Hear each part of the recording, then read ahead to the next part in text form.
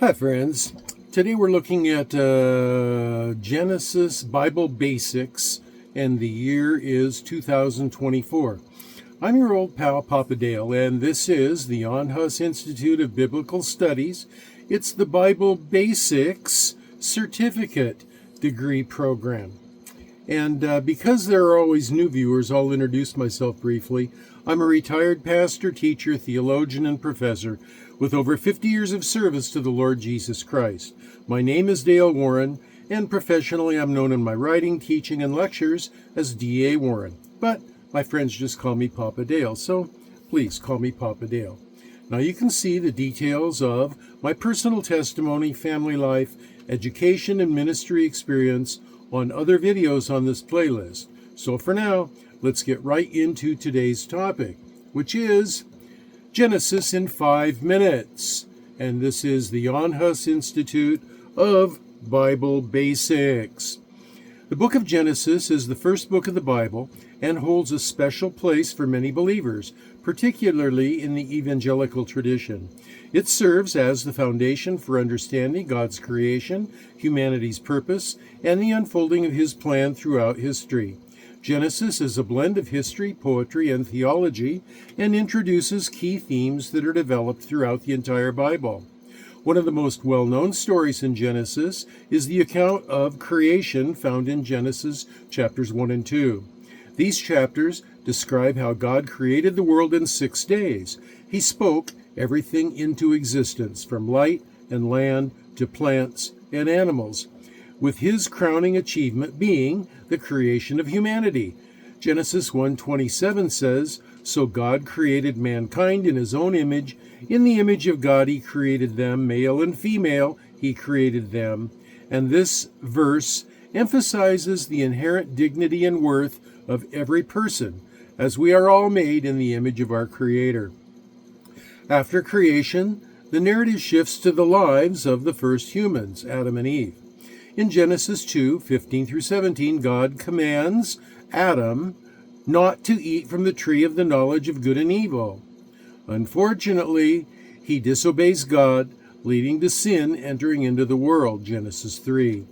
This event is often referred to as the fall and introduces conflict and separation between humanity and God. From an evangelical perspective, understanding the fall is crucial because it sets the stage for the need of redemption, which is ultimately fulfilled in Jesus Christ. Following this fall into sin, Genesis tells the story of key figures like Noah, Abraham, Isaac, Jacob, and Joseph. The story of Noah and the flood, Genesis 6 through 9, illustrates God's judgment on sin, but also His mercy in saving Noah and his family.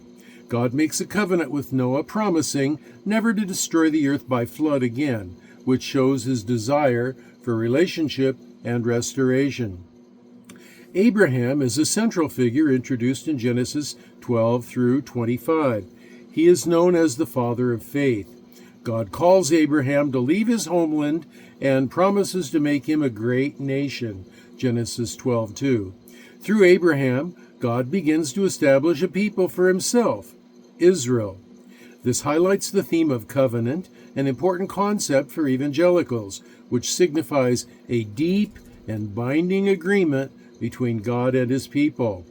The narrative continues with Abraham's descendants, Isaac and Jacob, and concludes with Joseph's story, which illustrates God's sovereignty and providence, Genesis 37 through 50. Despite hardships and betrayal, God uses Joseph to preserve His people during famine, demonstrating that even in difficult circumstances, God is at work to fulfill His purposes.